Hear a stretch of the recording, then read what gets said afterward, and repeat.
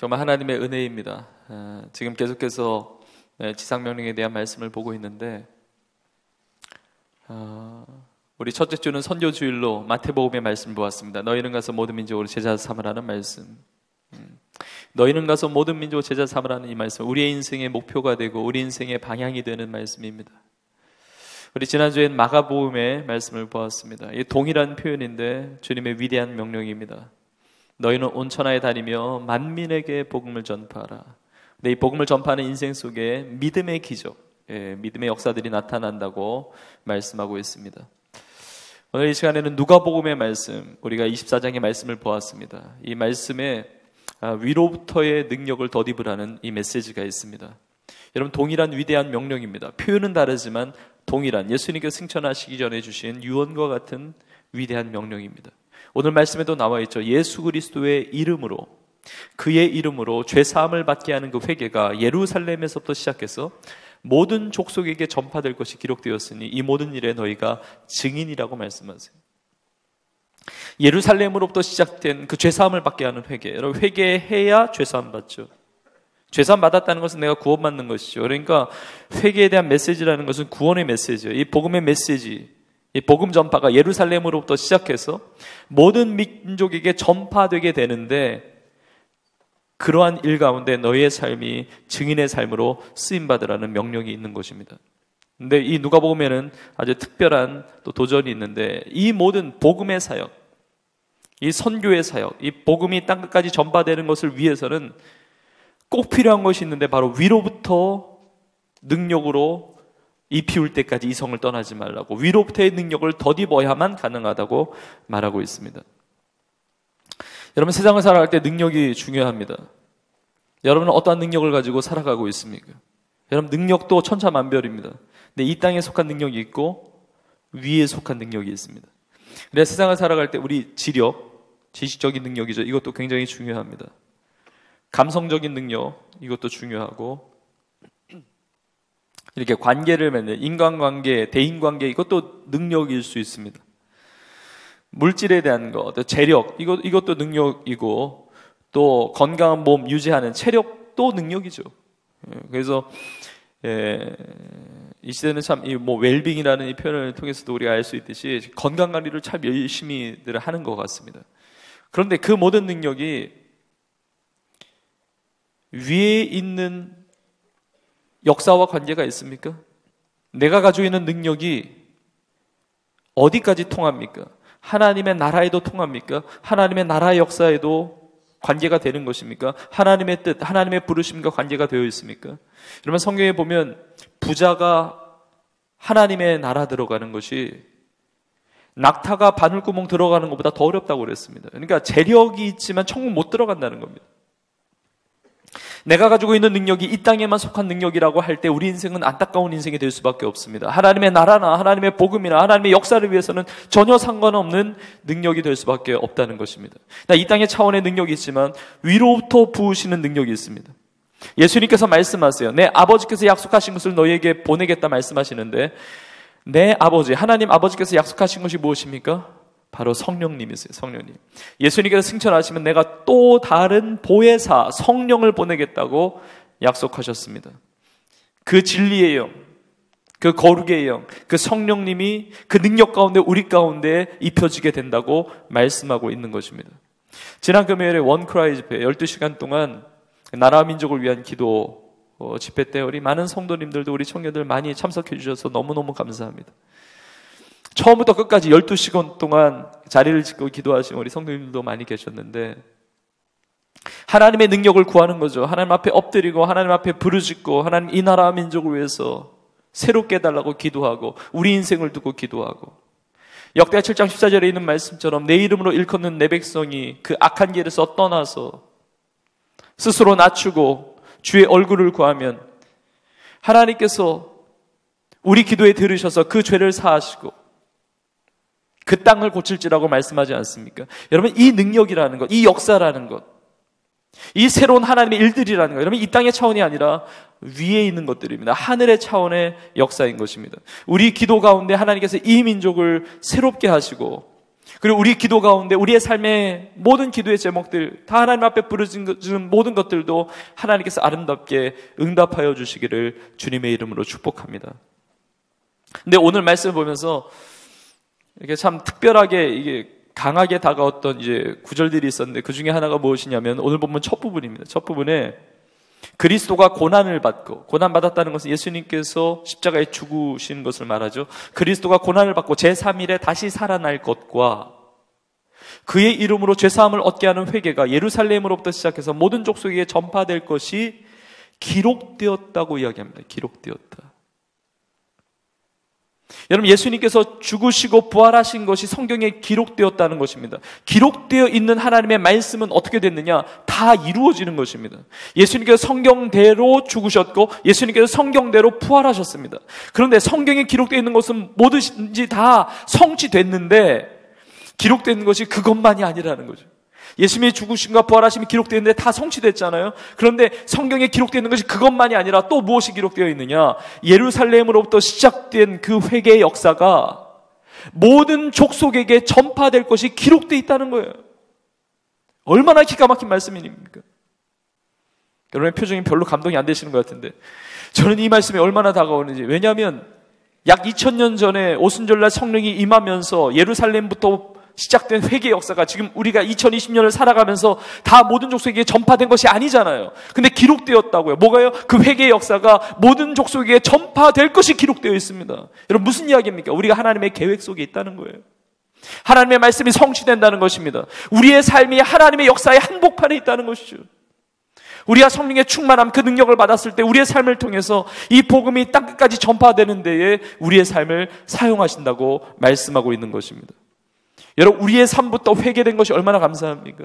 여러분, 날마다 회개할 것이 있지만 우리가 예수님을 믿음으로 우리의 모든 죄를 회개함으로 용서함 받고 하나님의 자녀가 된 것이 얼마나 감사합니까? 여러분, 이것이 그냥 된 것이 아니라 성령의 능력 가운데 되었다는 것입니다. 성령의 능력. 여러분, 회개가 너무너무 중요합니다. 회개는 축복입니다. 여러분, 세상 사람들이 죄인이냐 의인이냐 이렇게 나눠서 표현할 수 있지만 세상에 의인이 누가 있습니까? 하나님 앞에서. 들킨 죄인이나 어쩌면 우리는 덜 들킨 죄인일 수가 있습니다. 근데 성경적으로 보면 다 죄인인데 죄인의 두 종류가 있습니다. 하나는 용서받은 죄인, 근데 또 하나는 용서받지 못한 죄인. 용서받은 죄인과 용서받지 못한 죄인, 그것을 나누는 것이 바로 회개입니다. 회개. 여러분 모두를 축복하기를 원하는데, 여러분 이 예배 자리에 지금 예배드리면서 여러분이 용서받지 못한 죄인으로 예배드리고 있다면, 오늘 예배가 끝나고 여러분의 삶의 자리로 세상으로 나아갈 때는 용서받은 하나님의 사람으로 그 성령의 은혜를 충만히 받아 여러분이 있는 그 세상으로 나아갈 수 있기를 간절히 축복합니다. 여러분, 이 회개가 얼마나 중요한지. 여러분, 가룟 유다와 베드로 둘 다 예수님 배반했습니다. 근데 인생이 왜 이렇게 둘 다 다릅니까? 둘이 다릅니까? 복된 인생이 있고 파멸의 인생이 있지 않습니까? 도대체 뭐 때문에 그렇게 인생이 나눠졌습니까? 회개했느냐 안 했느냐예요. 베드로는 회개하지 않았습니까? 사울왕과 다윗왕 둘 다 범죄했습니다. 근데 왜 이렇게 인생이 다릅니까? 한 사람은 복된 인생이고 한 사람은 왜 이렇게 파멸의 인생으로 끝나게 되었습니까? 회개예요, 회개. 다윗왕도 간음죄 저질렀고 살인죄 저질렀습니다. 다른 것이 있습니다. 회개했습니다. 하나님 앞에 철저하게 통해 자복하면서 돌이켰습니다. 회개했습니다. 여러분, 이 회개가 그냥 되어지는 것이 아니라 정말 성령의 충만함 가운데, 역사 가운데, 오순절날 성령이 임했을 때 3,000명이 주 앞에 돌아오면서 우리가 어찌할꼬 가슴을 쳤습니다. 내 의지로 하는 것이 아니라 정말 성령의 능력으로 돼야 됩니다. 너 고쳐라 그래서 고쳐지는 게 아니고 내가 좀 고쳐야지, 부분적인 고치는 게 아니라 우리가 완전히 성령으로 씻음 받아서, 성령으로 새 사람을 입어서, 성령으로 죄들이 다 씻겨 내려가고 완전히 자아가 파탄나고 완전히 뒤집어지고 완전히 거듭나는 거예요. 우리가 어찌할꼬 할 때 너희가 회개해서 세례를 받고 그러면 성령을 선물로 받으리니, 그러니까 회개해서 예수님 믿고 성령 받아서 구원받으라고 말하고 있는 것입니다. 여러분, 이 회개의 역사가 성령의 역사예요. 성령의 역사. 우리를 새롭게 하시는 그 성령의 역사. 여러분, 이 놀라운 이 성령의 역사를 우리가 체험하기를 원하는데, 여러분, 예배 드리는 것도 차원이 다릅니다. 우리가 눈으로 보이는 이 차원이 아니라 영적인 차원의 예배가 있습니다. 영과 진리로 드리는 예배라고 하죠. 성령과 교통하는 예배. 여러분, 육적인 차원의 예배만이 아니라, 여러분, 우리가 기도도 마찬가지예요. 우리가 기도하는 거 다 귀한 것이지만, 우리의 생각으로, 우리의 마음으로 육적인 차원의 기도도 있지만 영적인 차원의 기도가 있어요. 성령과 교통하는. 고린도전서 14장에 보면 마음의 기도와 영의 기도를 완전히 구분해서 설명하고 있습니다. 혼적인 차원의 삶이 있고 육적인 차원의 삶이 있고 영적인 차원, 성령의 이끄심을 받는, 성령과 동행하는, 성령의 능력을 공급받아 살아가는 인생이 있습니다. 여러분, 우리 눈에 보이는 가시광선이 있지만 눈에 보이지 않는 자외선, 적외선도 있잖아요. 내 눈에 보이지 않는다고 존재하지 않는 것이 아닙니다. 여러분, 성령님이 우리와 함께 계시고 이 예배를 받으시고 이 예배 가운데 운행하고 계시는 거예요. 우리 눈에 보이지 않지만 이 예배 공간 안에도 여러분 전파들이 있지 않습니까? 전파? 우리 눈에 보이지 않지만 주파수가 다 다르겠지만 전파가 통하니까, 있으니까 우리가 스마트폰도 하는 것이고 인터넷도 하는 것이고 다 하는 것 아니겠습니까? 여러분, 성령의 놀라운 역사가 있다는 것입니다. 성령께서 우리의 마음을 깨우쳐주세요. 찬양하다가, 기도하다가, 말씀 듣다가 우리 인생을 새롭게 하세요. 변화시켜주세요. 하나님의 뜻을 이루도록 그 간절한 마음을 주세요. 여러분, 오늘 이 시간이 정말 성령의 충만한 그 능력을 받는 시간이 될 수 있기를 간절히 축복합니다. 우리가 누가복음을 보았는데 누가복음을 누가라는 사람이 썼습니다. 여러분, 누가복음을 누가 썼는지 누가 아세요? 누가복음 누가라는 사람이 썼어요. 근데 누가의 직업이 뭐냐면 의사입니다. 의사. 그럼 당대에 정말 지성인인데 이 지력이 있지만, 지식적인 능력이 있지만 성령에 충만했던 사람이 바로 누가였습니다.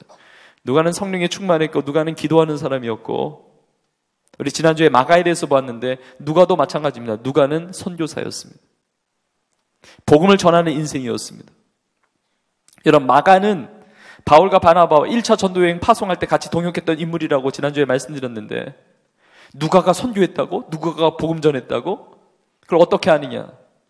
여러분, 누가가 쓴 성경이 누가복음 말고 또 한 성경이 있는데 그것이 바로 사도행전입니다. 많은 사람들이 오해해요. 사도행전이 누가 썼느냐? 보통 바울을 많이 이야기해요. 아니면 다른 사람을 이야기할 수 있는데, 이 사도행전도 누가를 통해 쓰게 하셨습니다. 그래서 누가복음하고 사도행전은 한 짝을 이루고 있습니다.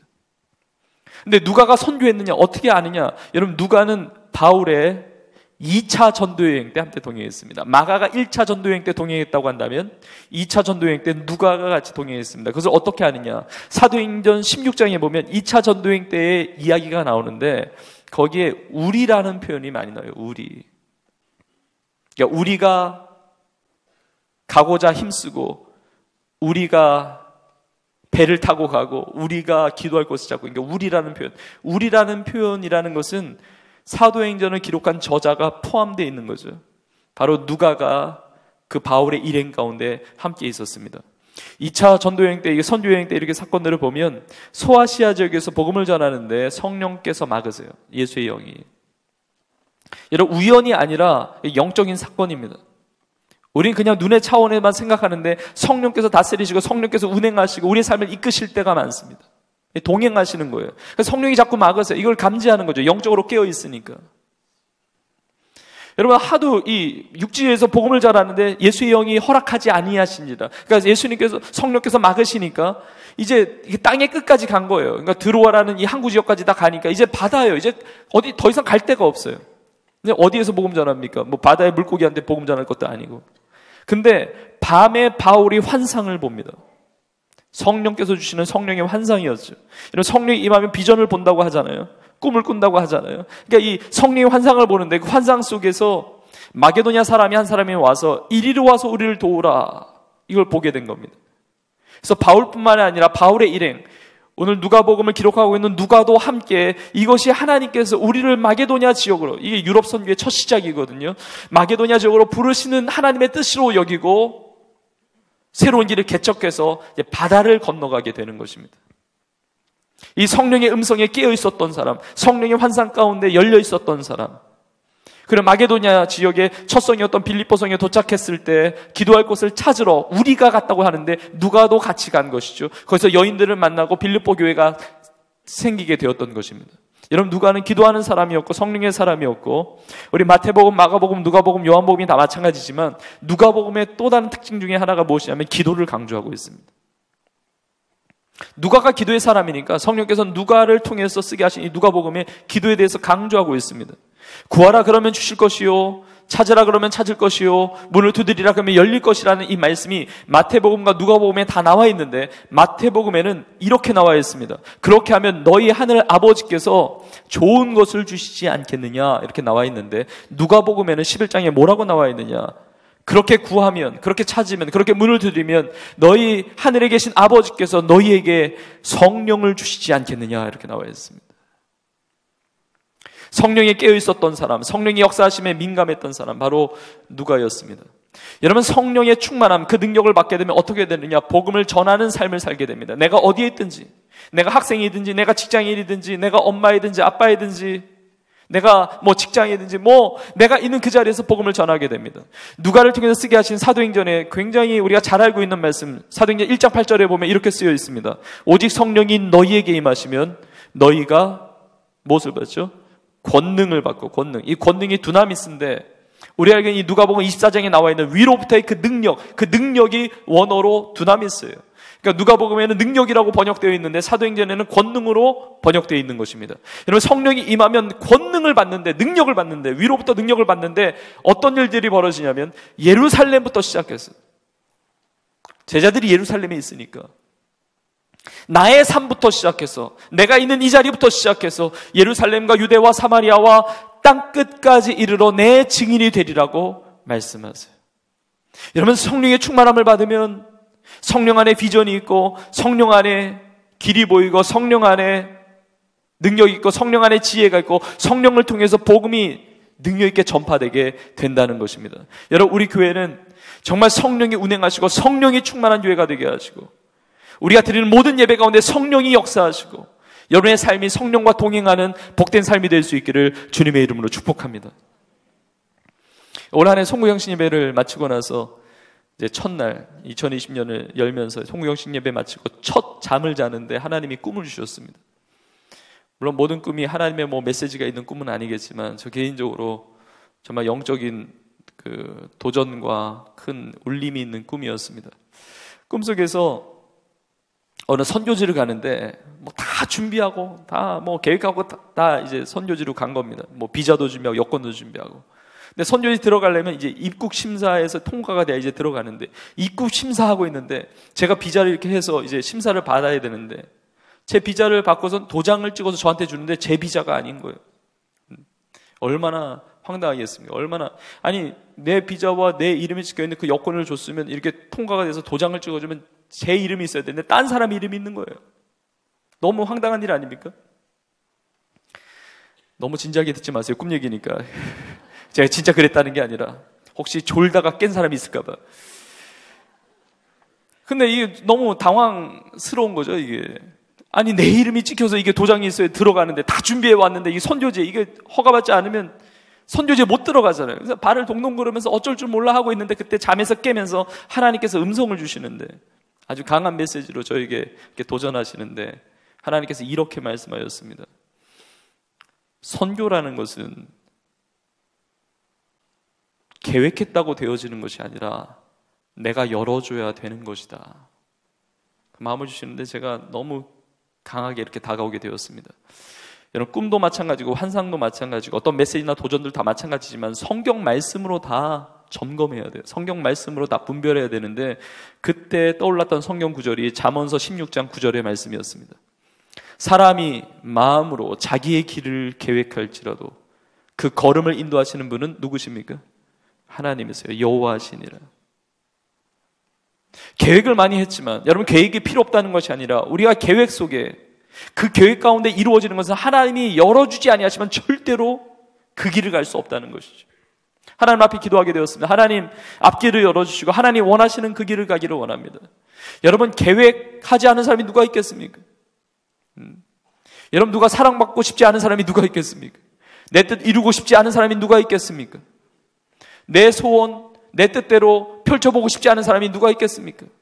근데 계획한 대로 다 이루어집니까? 그렇지 않습니다. 내가 할 수 있는 것은 내가 하면 되죠. 물론 그것도 하나님의 은혜로 하는 것이죠. 그러나 내가 할 수 없는 일들이 참 많아요. 여러분, 하나님께서 열어주셔야만 그 길을 갈 수가 있는 것입니다. 우리 세종교회가 이렇게 복음의 사역을 감당하고 선교 사역을 감당하고 전도하고 복음 전하고 영혼들을 살리고 정말 주인 사명 감당하고 헌신하고 충성하고 이 모든 것들이 어떻게 가능했느냐? 누가 잘나서 된 게 아닙니다. 하나님의 전적인 은혜예요. 하나님이 열어주셨기 때문에 가능한 것입니다. 그래서 하나님만 영광 받으시는 거예요. 여러분, 올 한 해 우리의 삶에 많은 소원이 있고 많은 기도의 제목이 있고 많은 계획이 있을지라도 하나님이 열어주셔야 그걸 이룰 수가 있는 거예요.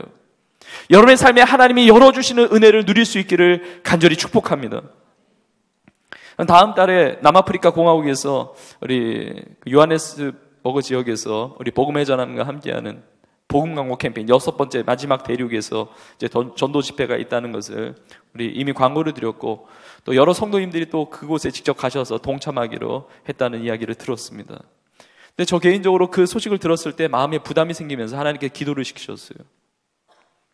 물론 그 전에 5대륙도 다 귀하고 협력 다 했습니다. 협력 안 했던 건 아니고 다 기도도 하고 후원도 하고 다 동역도 다 했지만 이 마지막 대륙은 그 현장에서 동참해서 복음을 전하고 싶다라는 강한 마음을 주셨습니다. 제가 어릴 때 초등학생 때 제가 성령 체험을 하고 그리고 하나님 뜨겁게 만나고 그리고 하나님 내가 선교사가 되겠습니다. 그리고 내가 목사가 되겠습니다. 제 일평생 복음 전하면서 살겠습니다. 이렇게 하나님 앞에 기도하고 준비하는 이런 과정 속에서 저 개인적으로 많은 영향을 주셨던 분 중에 한 사람이 아프리카의 선교사였던 19세기 아프리카의 선교사였던 리빙스턴 선교사님이었습니다. 제가 아프리카가 그때 어디에 붙어 있는지도 잘 몰랐지만 그 리빙스턴 선교사님의 전기를 보면서 너무 큰 은혜를 받았었습니다. 그 리빙스턴 선교사님이 복음의 씨앗을 뿌리고 정말 놀랍게 이 복음의 사역을 이루었던 그 아프리카 땅을 밟으면서 함께 이 복음의 사역에 동참하고 싶다는 마음이 들었습니다. 그래서 이제 가려고 이제 여러 가지 생각도 해보고 기도도 해보고 근데 비행기표를 알아보는데 직항이 없는 거예요. 직항이 다 경유해서 가는 거예요.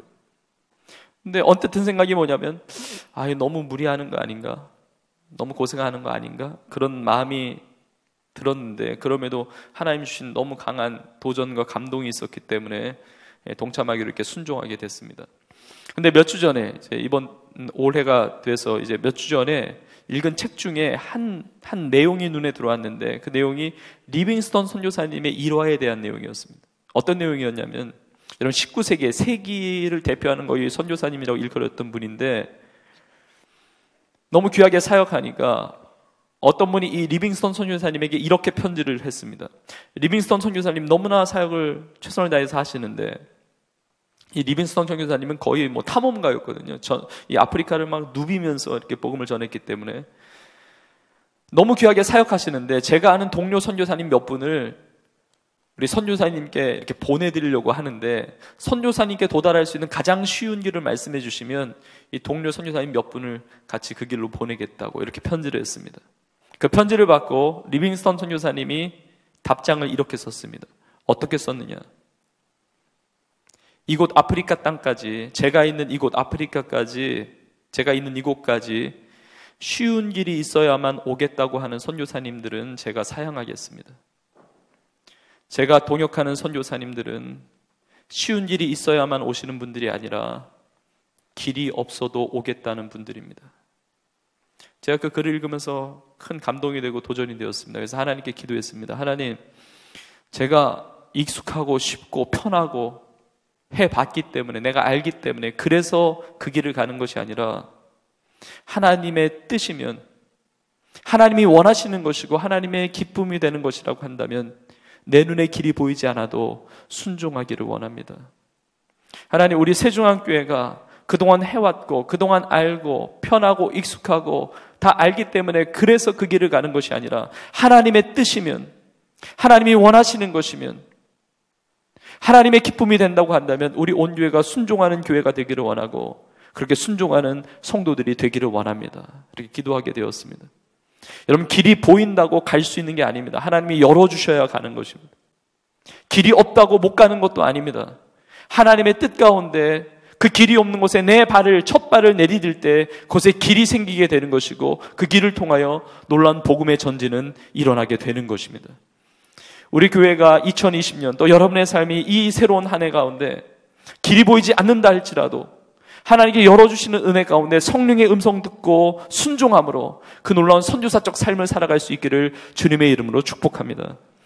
지난주에 우리나라에 처음 오셔서 복음 전하다가 이렇게 순교당하셨던 로버트 토마스 선교사님에 대해서 잠시 말씀을 드렸죠. 1866년에 만 26살의 나이에 우리나라에 오셔서 복음 전하시려고 했다가 그 평양 지역에서 그 대동강에서 순교당하신 우리 토마스 선교사님 1866년의 일인데 여러분 그 당시에 1860년대에 영국에서 가장 부흥하는 교회가 바로 메트로폴리탄이라는 교회였습니다. 그 메트로폴리탄 교회를 담당했던 목사님이 그 유명한 찰스 스펄전 목사님입니다. 근데 그 당시에 1860년대 이 메트로폴리탄 교회가 4,300명, 성도의 숫자가 4,300명이 넘었다는 기록이 있습니다. 여러분 오늘날은 우리 교회도 마찬가지지만 더 규모가 있고 큰 교회들이 많이 있지만 그 당시는 전 세계적으로 가장 부흥하고 가장 큰 교회 중에 하나가 바로 메트로폴리탄 교회였습니다. 근데 그 당시에 찰스 스펄전 목사님이 자신의 성도들에게 했던 설교가 남아있는데 이렇게 설교했습니다. 우리에게 이렇게 많은 성도들이 있지만 다 미지근한 성도라고 한다면 하나님은 아무 일도 하실 수가 없습니다. 그러나 단 12명이라도 복음의 열정을 가지고 있는 하나님의 사람들이라고 한다면 이 도시가 바뀌게 될 것입니다. 이렇게 설교했습니다. 이번에 말씀을 준비하면서 이 메시지가 또 마음에 이렇게 다가오게 되었습니다. 물론 우리 교회는 선교하는 교회고 다 충성하고 섬기고 전도하고 복음 전하고 있는 곳에서 보이는 곳에서 보이지 않는 곳에 정말 수고하고 헌신합니다. 그러나 나 자신의 삶을 돌아볼 때 나의 삶이 나의 영혼이 미지근하다고 한다면 하나님은 어떤 일도 나의 삶을 통해서 하실 수가 없습니다. 그러나 나의 삶이 성령의 충만함으로 복음의 열정을 가지고 있다면 그 복음의 뜨거움을 가지고 있다면 그 성령의 능력으로 감화 감동받아서 그 뜨거운 복음의 열정을 가지고 있다고 한다면 나의 삶을 통해서 하나님은 놀라운 복음의 역사를 이루어 가시는 것입니다. 여러분 나의 삶이 정말 성령의 은혜 가운데 뜨거워지고 있습니까? 기도 가운데, 말씀 가운데, 예배 가운데 정말 성령의 임재하심을 느끼고 정말 성령의 이끄심을 경험하고 있습니까? 우리가 정말 그러한 인생이 되기를 원합니다. 오늘 우리 장로님도 파송하고 우리 두 청년이 또 함께해서 같이 다녀와서 이제 우리가 예배드리고 있지만 여러분 나를 부르신 그 자리가 예배의 초소예요. 나를 부르신 그 자리가 먼 곳에 갈 수도 있고 나를 부르신 직장과 일터, 가정 이제 구정도 가까이 오는데 여러분 가정에서 예배를 드리시기를 권면합니다. 여러분 예배 가운데 성령의 은혜를 사모하세요. 그 가정을 통해서 하나님께서 놀라운 역사를 이루어 가시도록 복음의 역사를 이루어 가시도록 나의 가족 중에 친지 중에 예수 믿지 않는 영혼이 있다고 한다면 이 회개의 역사가 나의 가정 가운데도 이루어질 수 있도록 우리의 가정이 하나님을 예배할 뿐만 아니라 나의 가정을 통해서 또 무너져 있는 가정을 세울 수 있는 축복의 통로로 쓰임받는 가정이 될 수 있도록 여러분 그런 역사가 여러분의 삶에 나타나기를 간절히 축복합니다. 지난 한 주 동안 안에도 세 군데의 비전 캠퍼스를 개척하게 되었습니다. 우리 성도님의 직장 안에서, 사업장 안에서, 병원 안에서 개척해서 여러분 이거는 성령의 역사 아니면 불가능한 겁니다.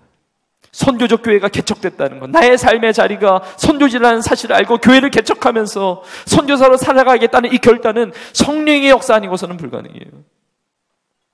여러분 나를 부르신 것이 하나님이십니다. 하나님의 그 놀라운 은혜 가운데 오늘 누가를 통해서 주시는 이 누가복음의 말씀을 통해서 위로부터 부으시는 성령의 능력에 충만해서 우리 온 교회가 아름답게 쓰임받을 수 있기를 간절히 축복합니다. 위로부터 부으시는 성령의 능력으로 우리의 삶이 변화되어서 예루살렘으로부터 시작된 이 복음의 역사가 땅끝까지 전파되고 있는데 그 주님의 위대한 명령 가운데 아름답게 쓰임받는 위대한 교회, 위대한 성도들 다 될 수 있기를 주의 이름으로 간절히 축원합니다. 우리 주님 말씀 생각하면서 이 시간에 찬양을 부르는데 여러분이 잘 아시는 찬양입니다. 우리 금요 집회 때도 많이 불렀고 우리 비전 예배 때도 종종 부르는 찬양인데 이 세상을 살아가는 동안에 나의 힘을 의지할 수 없으니 하나님의 꿈이 나의 비전이 되고 예수님의 성품이 나의 인격이 되고 또 무엇보다 성령님의 권능이 나의 능력이 되기를 원합니다. 이 시간 우리 예배 가운데 함께 하시는 역사하시는 우리 성령님 그 은혜를 우리가 사모하면서 그 능력을 사모하면서 이 찬양으로 하나님 앞에 나아가겠습니다. 이 세상을 살아가는 동안에 나의 힘을 의지할 수 없으니 기도하고 낙심하지 말 것을 주께서 참 소망이 되시리라. 주의 길을 걸어가는 동안에 주의 길을 걸어가는 동안에 세상의 것 의지할 수 없으니 감사하고 낙심하지 말 것을 주께서 참 기쁨이 되시리라. 하나님의 꿈이 나의 비전이 되고 예수님의 성품이 나의 인격이 되고 성령님의 권능이 나의 능력이 되길 원하고 바라고 기도합니다. 한 번 더 찬양합시다. 이 세상을 살아가는 동안에 이 세상을 살아가는 동안에 나의 힘을 의지할 수 없으니 기도하고 낙심하지 말 것을 주께서 참 소망이 되시리라. 주의 길을 걸어가는 동안에 세상의 것 의지할 수 없으니 감사하고 낙심하지 말 것을 주께서 참 기쁨이 되시니 우리 성령님께 우리의 마음을 열고 하나님의 꿈이 나의 비전이 되고 예수님의 성품이 나의 인격이 되고 성령님의 권능이 나의 능력이 되길 원하고 바라고 우리 두 손을 들고 찬양합시다. 하나님의 꿈이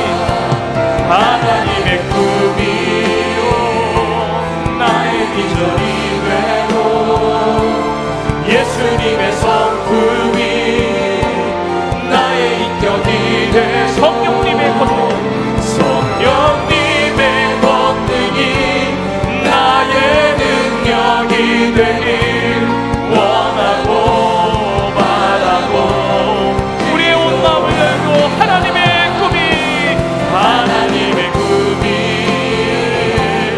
나의 비전이 되고 예수님의 성품이 나의 인격이 되고 성령님의 권능이 나의 능력이 되길 원하고 바라고 우리 간절한 마음으로 기도할 때 성령의 충만함을 주옵소서.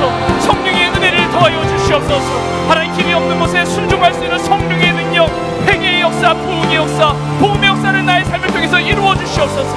지금 이 예배 가운데 찬송하시고 함께 하시는 살아계신 성령님, 나의 삶에 역사하시고 나의 삶에 임재하시고 성령의 능력으로 새로워져서 하나님의 주신 복음의 사명을 아름답게 감당하는 우리 인생 되게 해달라고 시작한 자는 마음으로 주여 한번 부르짖고 함께 동성으로 기도합시다. 주여